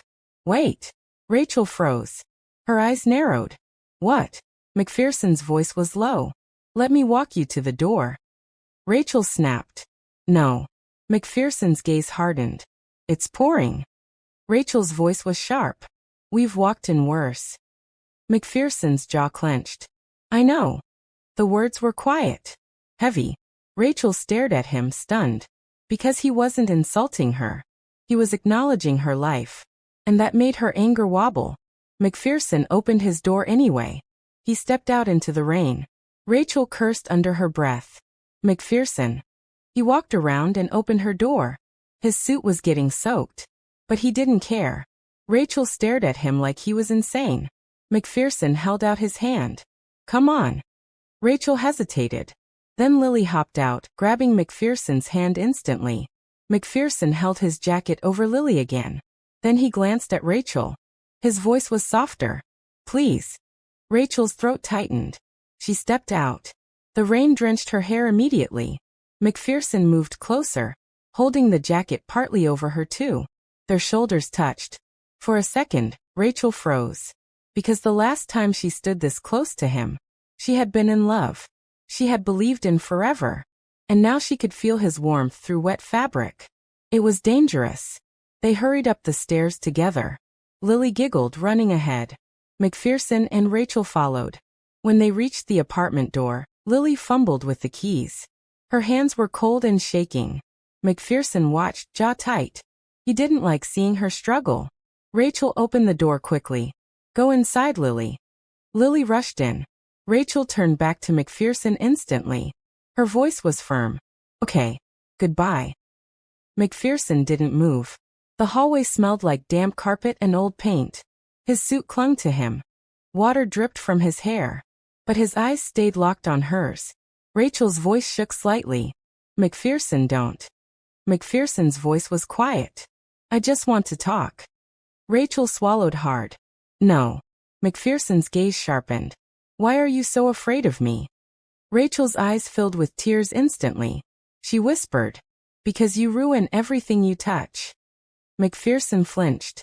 Rachel continued, voice breaking. And the worst part is you don't even mean to. McPherson's throat tightened. He stepped closer, lowering his voice.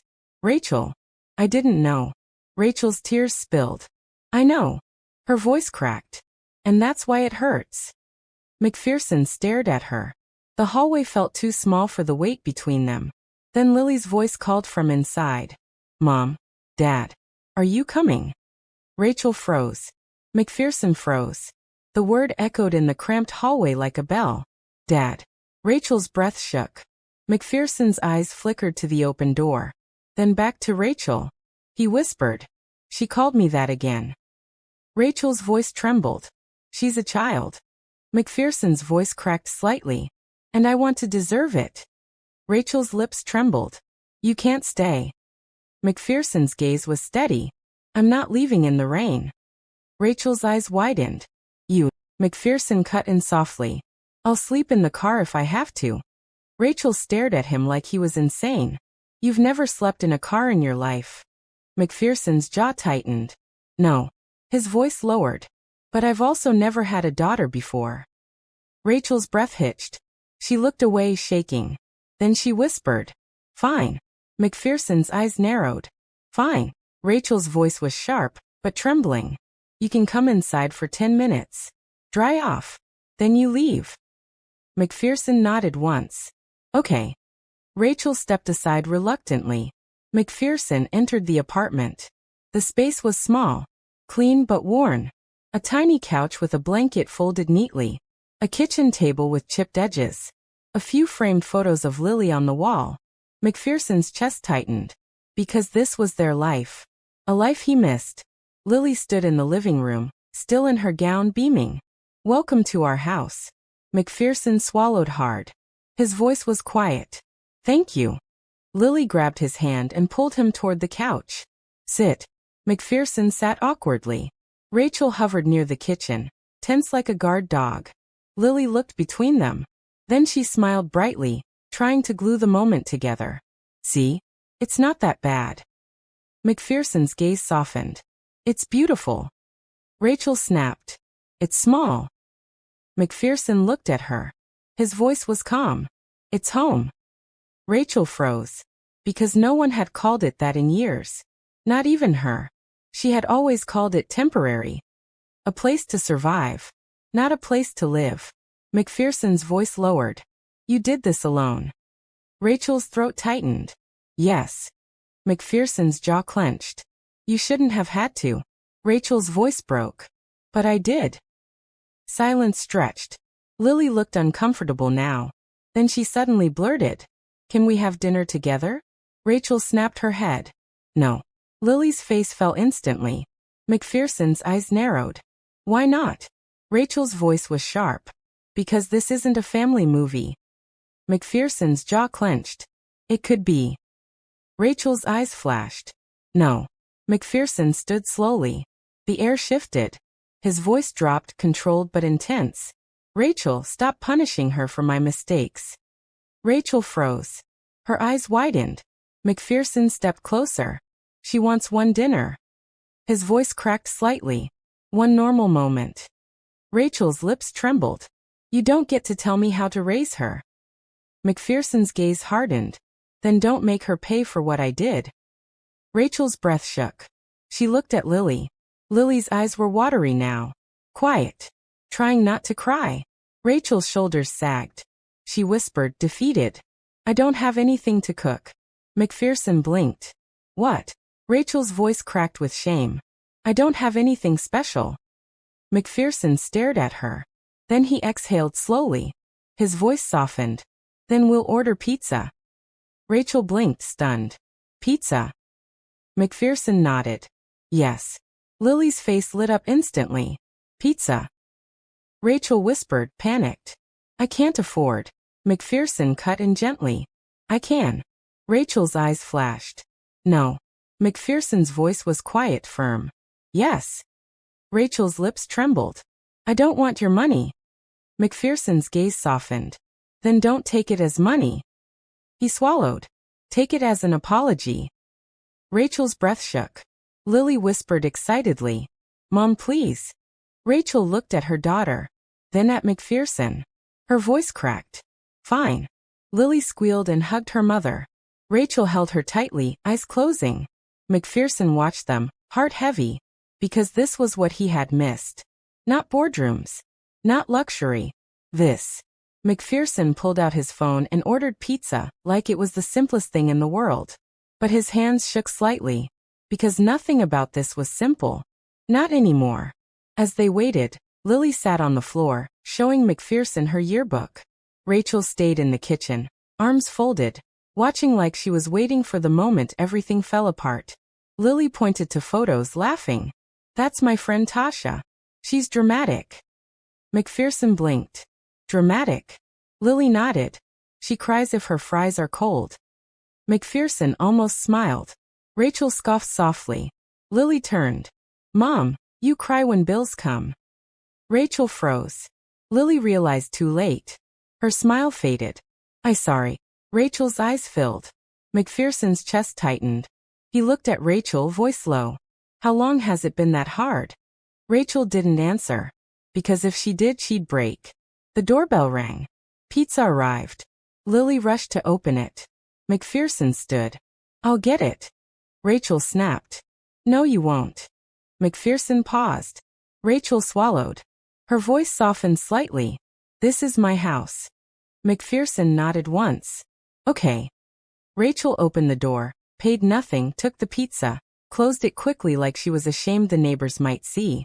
They ate on the couch. Pizza grease on paper plates.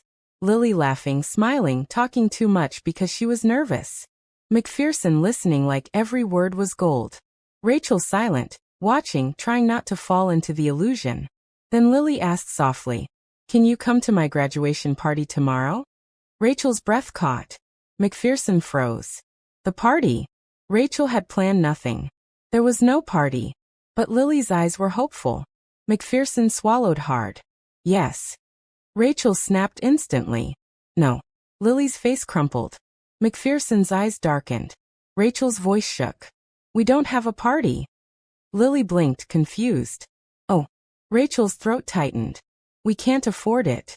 Lily's eyes filled with tears. "I didn't mean." McPherson stood abruptly. His voice was firm. "I'll throw one." Rachel's eyes widened. "No." McPherson's gaze locked on hers. "Yes." Rachel stepped closer, voice shaking. "You will not come in here and buy her love." McPherson's voice cracked. "I'm not buying it." His eyes burned. "I'm trying to be part of it." Rachel froze. Lily sat silently, tears sliding down her cheeks. McPherson looked at Lily. His voice softened instantly. Hey. Lily wiped her face quickly, embarrassed. McPherson crouched in front of her.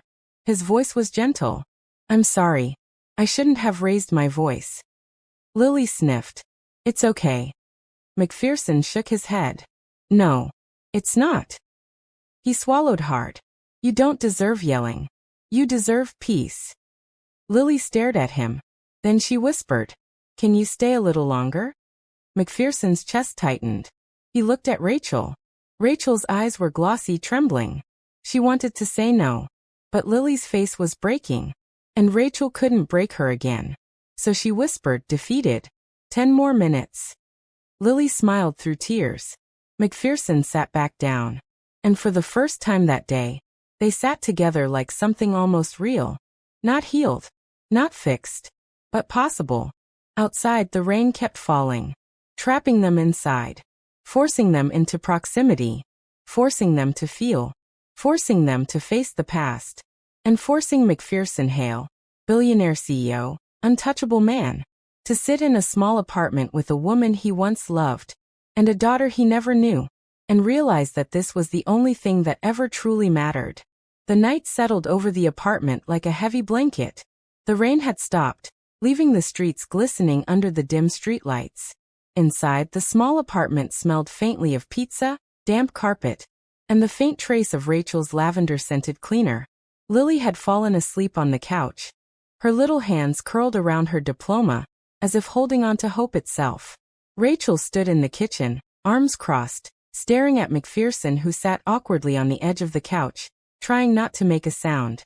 Every so often, he glanced at Lily and felt the ache in his chest twist tighter. He had missed 18 years of this girl's life. 18 years of laughter, tears, and milestones he had no right to claim. Rachel broke the silence first, voice low, almost brittle. You don't know anything about her life, she said. McPherson's jaw tightened. I want to. Rachel turned sharply, eyes flashing. You think showing up now makes up for the years you weren't there? McPherson didn't answer immediately. He knew he couldn't. Words were cheap. They had always been cheap. Actions mattered. But actions couldn't undo the past. Rachel sighed, the weight of long-held secrets pressing down. You think it's just been hard for us? Try raising her alone while the world keeps telling you you're not enough. McPherson shifted uncomfortably, feeling the sting of truth. He had been rich, yes, but wealth didn't prepare him for the real struggles. The late-night cries, the unpaid bills, the humiliation she had swallowed quietly for the sake of survival. He had been blind to all of it. She sat down at the small kitchen table, fingers tapping nervously against the worn surface. She doesn't remember you, Rachel admitted. She only knows the man who abandoned us. The man who left without even a goodbye. I didn't tell her the truth because I wanted her to have a normal life, even if that meant cutting out the one person who should have been there. McPherson felt the world tilt inside him. I never knew, he whispered, voice hoarse. If I had known, I would have been here. Rachel's eyes glistened. You say that now, but back then, you were too wrapped up in your world, your empire, your image. We didn't exist to you. And now you show up, and she calls you Dad. And I don't know if I can forgive that. McPherson's hands clenched in his lap. I'm not asking for forgiveness, yet. I'm asking for a chance. One chance to be part of her life, even if it's just a fraction of what I should have been. Rachel swallowed hard, the fight in her faltering. You think saying that makes it okay? You think you can walk back into her life and it all balances out? McPherson leaned forward, voice soft but intense. No. I don't think it balances. I know it doesn't. But I can try. I have to try. Because if I don't, I'll never forgive myself for missing another day. The words hung in the room like fragile glass, trembling with honesty. Rachel's chest tightened. She wanted to hate him. She had trained herself to survive without him. She had built walls so high around Lily that no one could reach in. Not even a man who claimed he loved her. But tonight, sitting across from him, she saw something she hadn't expected. Sincerity. Guilt, yes. Pride, yes. But also a raw, undeniable desire to be there. To do right. And for the first time, she wondered, Could someone like him actually change? McPherson cleared his throat, voice breaking the silence again. There's something else you need to know about why I wasn't there. It's complicated, but you deserve the truth. Rachel's hands tightened around the edge of the table. Go on. He took a deep breath. Your mother, she didn't just leave.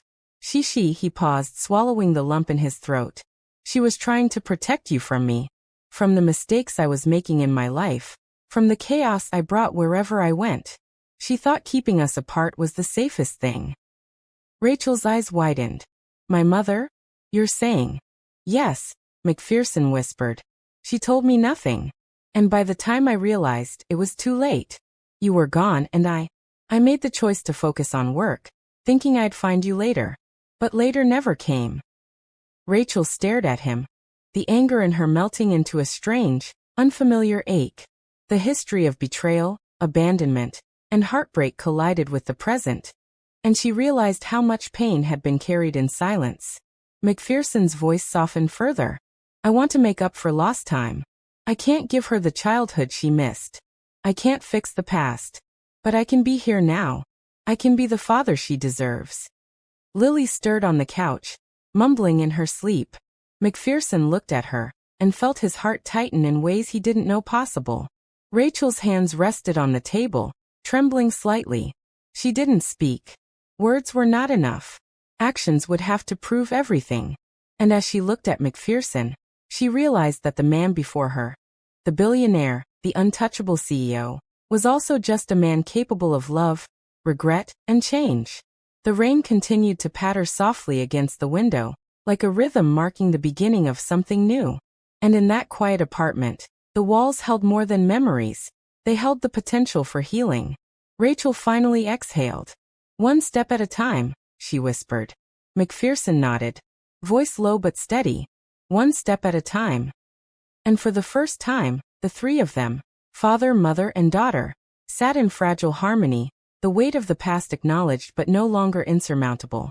The next morning, sunlight streamed through the small kitchen window, painting golden streaks across the worn linoleum floor. McPherson sat at the table, tracing the chipped edges with his fingers, feeling the history of the place under his touch. Lily was already awake, quietly scribbling in a notebook she had dragged from her backpack. Her curls were wild from sleep, eyes bright with energy that never seemed to tire. Rachel moved silently, making coffee in the tiny kitchen. She didn't glance at him. She didn't want to. The tension from last night still clung to her like damp clothes, heavy and uncomfortable. McPherson cleared his throat gently. Do you mind if I sit? Rachel stiffened but didn't answer. Lily looked up immediately. Sit. You can sit, she squealed, patting the empty chair beside her. McPherson smiled softly and lowered himself into the chair, careful not to crowd her.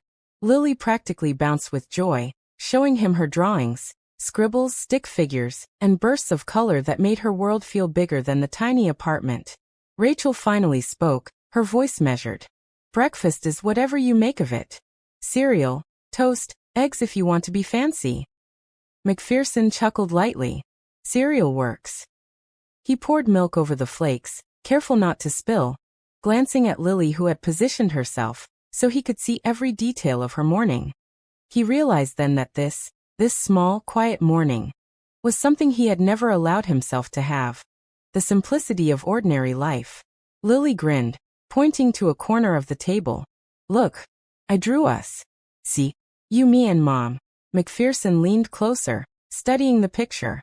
She had drawn 3 stick figures holding hands, each with enormous smiles. Even the little stick dog in the corner looked happy. You're really good at this, he said quietly. Lily's chest puffed up. I'm practicing. I want you to like my art. McPherson's chest tightened. I love it. Rachel's eyes flickered between them. She bit her lip, the walls she had built starting to crumble just slightly. He wasn't just here physically. He was noticing the little things, the details, the moments that mattered most. After breakfast, Lily tugged McPherson's hand. Come, I'll show you my secret spot. He followed, careful not to rush, as Rachel lingered in the kitchen. She watched them leave and realized that watching her daughter smile, unguarded, with him was not entirely unbearable. In fact, a small, reluctant part of her felt relief. Outside, the morning was crisp. Lily led him to a small playground tucked between two buildings. She ran ahead, swinging high, laughing with abandon. McPherson leaned against the slide, watching her, memorizing the way the sunlight caught her curls, the tilt of her head when she laughed, the sparkle in her eyes when she felt safe. Lily suddenly stopped and turned to him. "Do you want to swing?" McPherson hesitated. "I haven't swung in years," she gasped. "That's perfect. I'll push you." He laughed softly, allowing her to place his hands on the chains. For a moment, the world shrunk to only the squeak of the swings, the rustle of leaves, and Lily's laughter. "You're really tall for a swing," she giggled. "I feel old," he admitted, smiling genuinely. Lily tilted her head. "Old isn't bad. Old is strong." He looked at her in surprise. "Strong?" "Yes," she said firmly. "You're strong, Daddy." The word hit him like a jolt. He hadn't expected it. And yet, it settled inside him like a bomb he hadn't known he needed. Meanwhile, Rachel stood at the edge of the playground, arms crossed, watching silently. She wanted to be angry, to remind him he didn't belong here yet. But she couldn't deny the sight of Lily running back and forth with him, unguarded, joyful. She let out a long breath. Maybe, just maybe this was the beginning. After swings, Lily insisted on teaching him her secret handshake, complete with twirls, finger snaps, and claps. McPherson stumbled but laughed every time he got it wrong. Lily squealed, clapping him on the shoulder. "You're getting it. I think you're a natural." McPherson's heart ached in a way he hadn't felt in years. For the first time, he realized being rich, being a CEO, being untouchable, none of it mattered. Moments like this, laughter, trust, connection, were everything. Later, they sat on a bench, catching their breath. Lily leaned against him, tired but happy. McPherson wrapped an arm around her shoulder gently. She rested her head on him like she had every right to. Rachel approached slowly. "Time to go," she said softly, not demanding, just stating fact. Lily groaned. "Do we have to?" "Yes, baby," Rachel replied, smiling faintly. McPherson looked at Rachel. "She's amazing," he said quietly. Rachel's eyes softened. "She survived." McPherson's gaze dropped to his hands. "Because of you." The words hung in the air. She wanted to argue, to deflect, but she couldn't. She had done it all on her own. And now, seeing him acknowledge that even quietly, was a small victory. As they walked back to the apartment, Lily skipped ahead, holding both their hands alternately. McPherson felt the warmth of connection that had been missing for almost 2 decades. Inside, Lily immediately set up a picnic, on the floor with leftover pizza. McPherson joined her, careful not to touch too much but close enough to feel included. Rachel hovered nearby, arms folded but no longer tense, silently observing as something delicate began to bloom. Trust. They laughed. They teased. Lily narrated every detail of her life, and for once, McPherson listened without judgment. Rachel even caught herself smiling quietly, realizing that maybe, just maybe, healing could start this way. One small, ordinary, unguarded moment at a time. By the end of the afternoon, Lily was curled up on the couch with a book, McPherson beside her reading softly, and Rachel in the kitchen quietly cleaning up. The apartment felt warmer, lighter, like the walls themselves were relaxing. Rachel looked at him, voice barely above a whisper. You're trying." McPherson met her gaze. "I am. And I won't stop." The tension remained, yes. The history was still heavy. But for the first time, the air between them wasn't just resistance. It held possibility. And in that small apartment, over small laughter, pizza crumbs, and whispered stories, a fragile bond had formed. Not perfect. Not unbreakable. But real. It was the beginning of something new.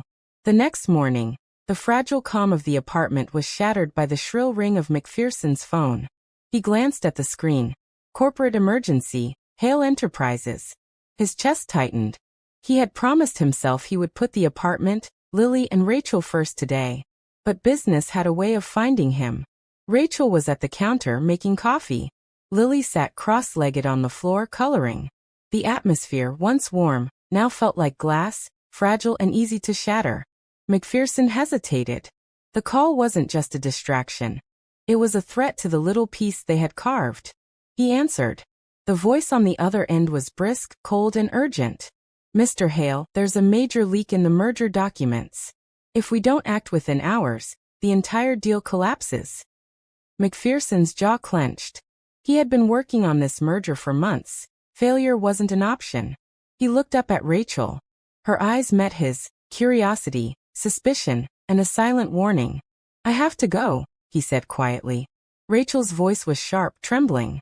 You promised. Today was about her, about us. McPherson swallowed. I know. I'll be back as soon as I can. Rachel shook her head, fury mixing with fear. You're always putting work first. Lily's small voice piped up. Daddy. McPherson turned to her. I'll be back soon, baby.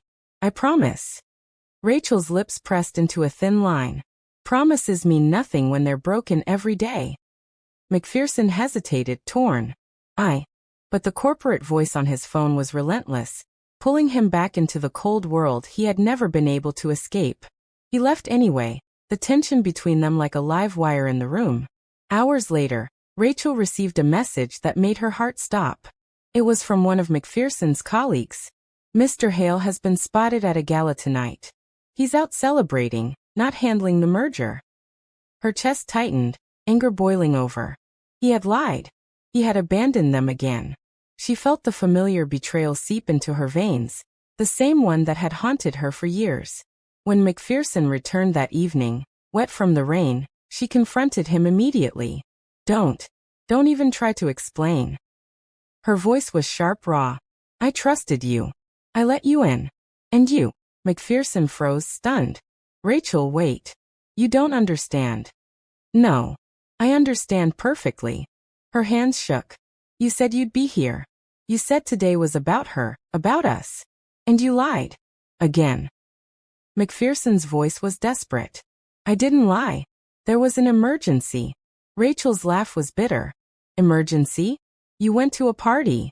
You chose champagne over your daughter. Lily's small sobs echoed from her room. Rachel's heart wrenched, but her anger was sharper. She grabbed McPherson by the collar, voice shaking.